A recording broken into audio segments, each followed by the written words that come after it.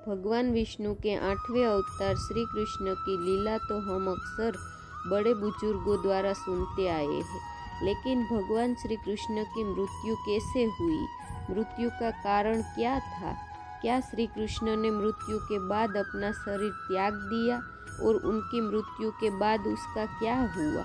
इन सब सवालों के जवाब जानने की जिज्ञासा हर किसी के मन में जरूर होती है।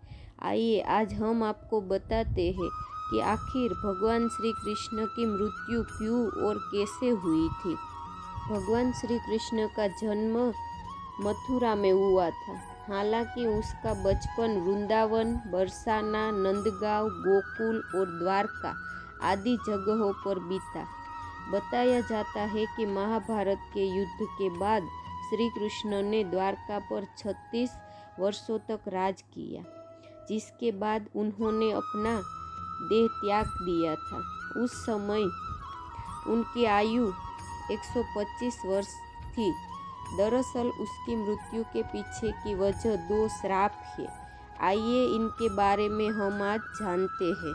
शास्त्रों के अनुसार बताया जाता है कि महाभारत के युद्ध के बाद जब दुर्योधन और उसके सभी भाइयों का अंत हो गया तो उनकी माता गांधारी को अत्यधिक क्रोध आया।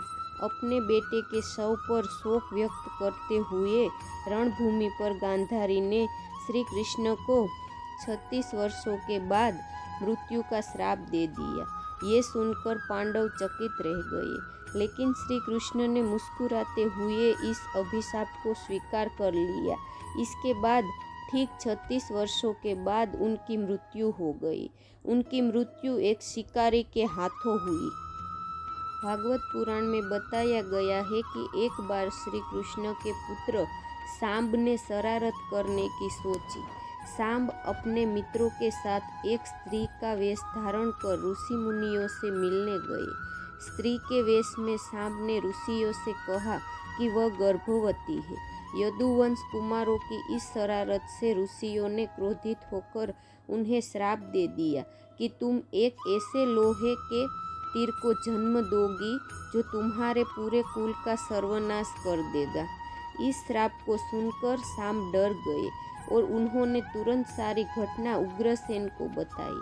श्राप से छुटकारा पाने के लिए उग्रसेन ने सांब से कहा कि तीर का चूर्ण बनाकर प्रभास नदी में प्रवाहित कर दो, जिसके बाद सांब ने वही किया। इसके बाद उग्रसेन के राज्य में ये आदेश पारित कर दिया कि यादव राज्य में कोई भी किसी प्रकार की नशीली सामग्री का इस्तेमाल या उत्पादन का वितरण नहीं करेगा। इस घटना के बाद द्वारका में कई अशुभ संकेत देखने को मिले, जिसमें सुदर्शन चक्र, बलराम के हल और श्री कृष्ण के शंख रथ का अदृश्य हो जाना शामिल था। धीरे धीरे यह अपराधों और पापों में भी बढ़ोतरी होने लगी और एक दिन सभी नगरवासी मदिरा के नशे में चूर हो गए और आपस में ही लड़ने और मरने लगे। इस तरह सभी आपस में लड़कर मारे गए। भागवत पुराण में ये भी बताया गया है कि एक दिन श्री कृष्ण पीपल के पेड़ के नीचे विश्राम कर रहे थे।